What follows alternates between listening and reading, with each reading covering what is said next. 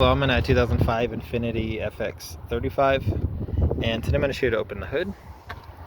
So drop down and you should see a little lever here. This is what we pull to release the safety. If there's no tension here at all, double check that this cable is attached. If that cable's not attached, you might need to address that.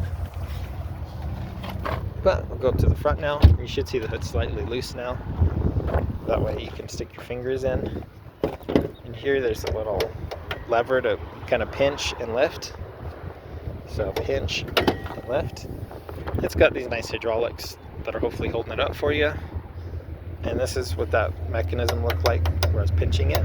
And double check nothing's bent or broken, no debris stuck in here. If it's really sticking, maybe some WD-40 will loosen it. Maybe something's loose that needs tightened. And then up top, you can double check nothing's broken or bent here. Double check your hoods in proper alignment, because if that's crooked, that could cause issues as well. But I hope this is helpful. Hope you have a wonderful day.